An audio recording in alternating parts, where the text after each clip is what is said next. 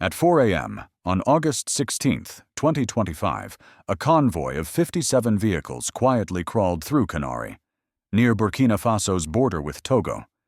The road was silent, the sky was still, but what these trucks carried would shake an entire continent. They were not carrying food, they were not carrying medicine, they were carrying war. Burkina Faso's president, Captain Ibrahim Traoré, had received a discreet warning only hours before. An unusual pattern, unmarked trucks, taking a detour. He did not wait for confirmation. He called in the special forces. The order was clear. Stop the convoy, secure all the cargo, and most importantly, find out who was behind it. He called in the special forces. The order was clear. Stop the convoy, secure all the cargo, and most importantly, find out who was behind it. What followed became the largest weapons seizure in African history. Beneath tarps marked agricultural equipment, soldiers found rifles, grenades, and missiles, enough to start a war or overthrow a president. But this was not just a story about weapons. It was something deeper. Who financed this operation? Why now? And what does it reveal about Africa's future? Today, we tell the story behind those 57 trucks, the midnight raid, the confessions that mentioned Paris and Washington, and a president who chose to reveal everything, not with anger, but with a school bell forged from melted gunmetal. This is not only the story of Burkina Faso. This is a turning point for all of Africa. If you have ever prayed for justice, if you have ever wondered what African sovereignty truly looks like, then listen to the very end, because this time, the story does not end in silence. It ends in fire. After receiving direct orders from President Ibrahim Traoré, Burkina Faso's special forces moved immediately into the night. They did not sound sirens. They brought no tanks, only skill, loyalty, and the belief that they were protecting their country from something terrible. The skies over Traoré were still pitch black, but from a distance, the dim glow of the convoy's headlights appeared. At 4 a.m., the forces blocked the convoy at a crossroads between two dirt roads. There was no time for panic. Some drivers tried to flee, but all were subdued within minutes. No one yet knew what exactly they were stopping. The first truck was opened. Beneath burlap sacks labeled agricultural aid were wooden crates. Inside, AK-47 rifles, M16 rifles, grenades, anti-tank missiles, and crates of ammunition. The soldiers said nothing. They opened the second truck, then the third. The results were identical. All 57 trucks carried weapons. No food, no medicine, no farming equipment. Captain Moussa Kabore, the border command chief, immediately phoned the president. The first words he said were, "Sir, you will not believe what we are seeing." President Traoré ordered an inventory on the spot. The results were recorded: 25,000 AK-47 rifles, 10,000 M16 rifles, 13 million rounds of ammunition, 70,000 grenades, 2,500 rocket launchers, 400 surface-to-air missiles, 50 tons of industrial explosives. The total estimated value, over $700 million. Defense Minister General Sadu exclaimed, "With this arsenal, one could invade an entire nation." Interior Minister Hussein Traoré added more bluntly, "If these weapons had fallen into the wrong hands, Burkina Faso would no longer be at peace. This could have been the spark of a drawn-out civil war." That very morning, the drivers were interrogated. A man named Marc-Antoine Zongo was the first to break. Shaking, he confessed, "They told us these were agricultural machine parts. We were to deliver the cargo to a warehouse near the Togo border. After that, it would be shipped abroad." But investigators did not stop at the first testimony. Within just 48 hours, they uncovered a far deeper truth. The trucks had departed from different provinces, different routes, but all converged at the exact point near the border before the operation. A deliberate tactic to avoid suspicion, but all converged at the exact point near the border before the operation. A deliberate tactic to avoid suspicion. The serial numbers on the weapons had been filed off, but some still left traces, thanks to advanced weapons tracing technology. The analysis team identified their origins. Some had once been used in the Libyan civil war, some had appeared in Yemen, and others were entirely new, never fired even once. This was not small-scale smuggling. This was a transnational, organized, and well-funded weapons network. The big question was no longer, where did they come from, but rather, who were they sent to, and for what purpose? President Ibrahim Traoré did not wait long. He convened the National Security Council that very night. He made it clear, this is not a coincidence. This is the visible part of a larger plot to destabilize this nation. Orders were issued. Sweep all suspicious warehouses in the capital, Ouagadougou, track the money trail, and most importantly, find out who ordered these 57 trucks of weapons.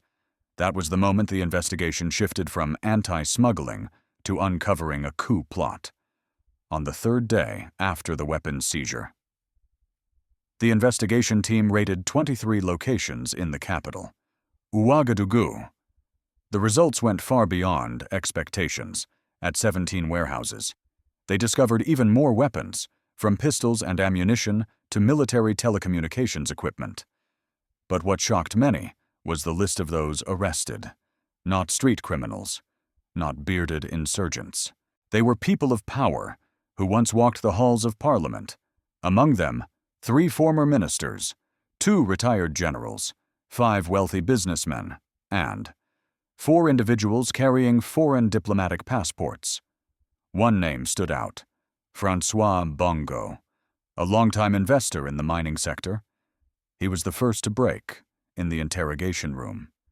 He trembled, sweat running down his forehead. His voice cracked. We were not planning terrorism. We were planning to change the government. We were promised support from the outside. The officers remained silent. Bongo lowered his head. The meetings were held in Accra, Ghana. Some came from Abidjan. The orders came from Paris, and we got the green light from Washington. The revelation hit like a thunderbolt. President Ibrahim Traoré was informed that very night. He listened in silence. Then he said, "It is not me who needs to hear this. The people need to hear." The next morning, he called a nationwide press conference, standing before thousands of seized weapons arranged into the shape of a steel wall. He declared, 3 days ago, we stopped the largest arms smuggling plot in our nation's history. But this was not just smuggling. This was a coordinated plan, funded with hundreds of millions of dollars, to create chaos, sow division, and install a puppet government. He raised a folder of documents. This is proof, no longer suspicion. They intended to change our government, with guns, with money, with betrayal. Reporters pressed forward. CNN, Mr. President, which nations do you say are behind this? Traoré, the investigation is ongoing, but many of the weapons trace back to NATO countries. BBC, who is the mastermind? Traoré, 17 people have been arrested, including former officials and senior officers. Many are already confessing. The full truth will be revealed. Al Jazeera, what are the regional security implications? Traoré, this is not just an attack on Burkina Faso. This is an attack on the whole of Africa. At the end of the press conference, he played a video of Francois Bongo's confession. The once wealthy man now sat weeping in a cell. They told us it was about bringing democracy, but if we had succeeded, we would have only destroyed our own country. President Traoré was right. I was wrong. I beg forgiveness from the people of Burkina Faso. In the Ouagadougou square. The crowd stood silent. Some wept, some embraced, some whispered, "Thank God he came to his senses." But the president did not stop there. That very afternoon, he ordered part of the seized weapons to be brought onto an open-air stage at Independence Square. Tens of thousands gathered. A massive metal furnace was rolled out. He spoke. "They wanted to kill our children with these guns, but we will turn them into life." He gave the signal. A rifle was dropped into the fire. The metal melted, poured into a mold. The first shape emerged, a school bell. "From now on," he said, "every morning when our children hear the bell, they will hear the sound of peace." The square erupted. Applause, cheers. The elderly wept. Children laughed. Mothers embraced their children in that moment. An entire nation understood they had just overcome something far greater than weapons. Behind the stage lights and the waves of applause, the people of Burkina Faso began to feel a deeper question. What would have happened if the plot had not been stopped? Many shuddered at the imagined scenario. The trucks of weapons slipping through the border, arms distributed overnight, a staged attack at dawn, fake news spreading like wildfire, the people panicking, the military fracturing, the country plunging into chaos. This was not just a coup. It was a scheme to collapse a nation with the hands of its own people. The civilian impact of this plot, even though it was foiled, was still powerful enough to shake society. In the days following the press conference, food and fuel prices froze. Citizens began stockpiling goods, fearing instability. Some schools shut down temporarily over security concerns. Many families postponed weddings, funerals, and large gatherings. But in parallel, a counter-effect began to take shape. From rural villages to the cities, people started hanging the national flag in front of their homes. Radio stations broadcasted calls for unity. Churches, temples, and chapels recited a common prayer: "Protect our nation from division." President Traoré seized the moment. He announced the creation of the Peace and Reconstruction Fund, pledging 100 new schools built from melted-down weapons, 50 community health clinics, 1,000 kilometers of irrigation canals for drought-prone regions, all financed from savings in the state budget and assets seized in the failed coup plot. It was not just a promise.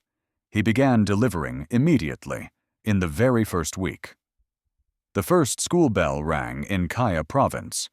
The sound of that bell was broadcast on national television, accompanied by the narration, "Each bell toll is a life saved, a day without gunfire, a piece of metal transformed into hope."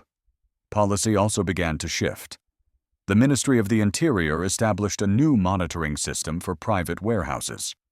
The Ministry of Defense tightened border inspection procedures and deployed remote sensor gates. The National Audit Office launched a countrywide investigation into foreign financial flows into non-governmental organizations. For the first time, the domestic press published an unprecedented list: more than 60 organizations that had received funding from unverified sources over the past 12 months. The public reacted strongly. Citizens demanded transparency. Members of Parliament, even from the opposition, were compelled to voice support for the investigation on national television.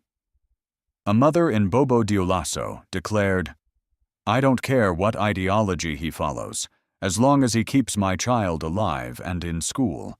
I will support him." The political climate began to change. Moderate opposition groups started releasing open letters. "Let us hold a national dialogue, not with bullets, but with words." For ordinary people, the greatest lesson did not lie in the failed coup itself. It lay in awareness, the realization that freedom can be threatened not only by violence, but also by money, propaganda, and deception wrapped in sophisticated packaging. A teacher in Koudougou shared, "For the first time, my students asked me, 'Teacher, why do adults want to divide our country?' I had no clear answer, but I told them, we still have time to write this page of history differently." Burkina Faso has not completely escaped danger, but one fact is undeniable. Its people have crossed beyond fear, and they are rising, not with weapons, but with faith. As news of the armed conspiracy spread, the international response quickly split into two clear directions. On one side, largely from the global south, came strong support. Russia declared, Burkina Faso has the legitimate right to defend its territory from foreign plots. China went further, offering to provide security monitoring equipment, calling it a war against disguised terrorism. Turkey stated, the security of Africa is the security of all humanity. Arms trafficking is a crime against mankind. Iran and Venezuela issued harsh condemnations. President Maduro hailed Ibrahim Traoré as a modern-day Simón Bolívar, a hero against imperialism. However, from the West, the reaction was more complicated. The United States, through the State Department, issued a brief statement. We are deeply concerned about the detention of foreign nationals, and we call on the government of Burkina Faso to ensure full legal rights for all defendants. American media was divided. Some major outlets, such as the New York Times and CNN International, questioned the transparency of the charges, suggesting this may be a way for the government to tighten political control. By contrast, independent platforms like The Gray Zone and Democracy Now! Described it as a necessary response to a covertly sponsored coup campaign. In the U.S. Congress, several lawmakers demanded an urgent hearing, particularly after reports emerged that 3 American citizens with diplomatic passports had been arrested. President Traoré did not shy away. Speaking on national television, he declared, "We are not against the West.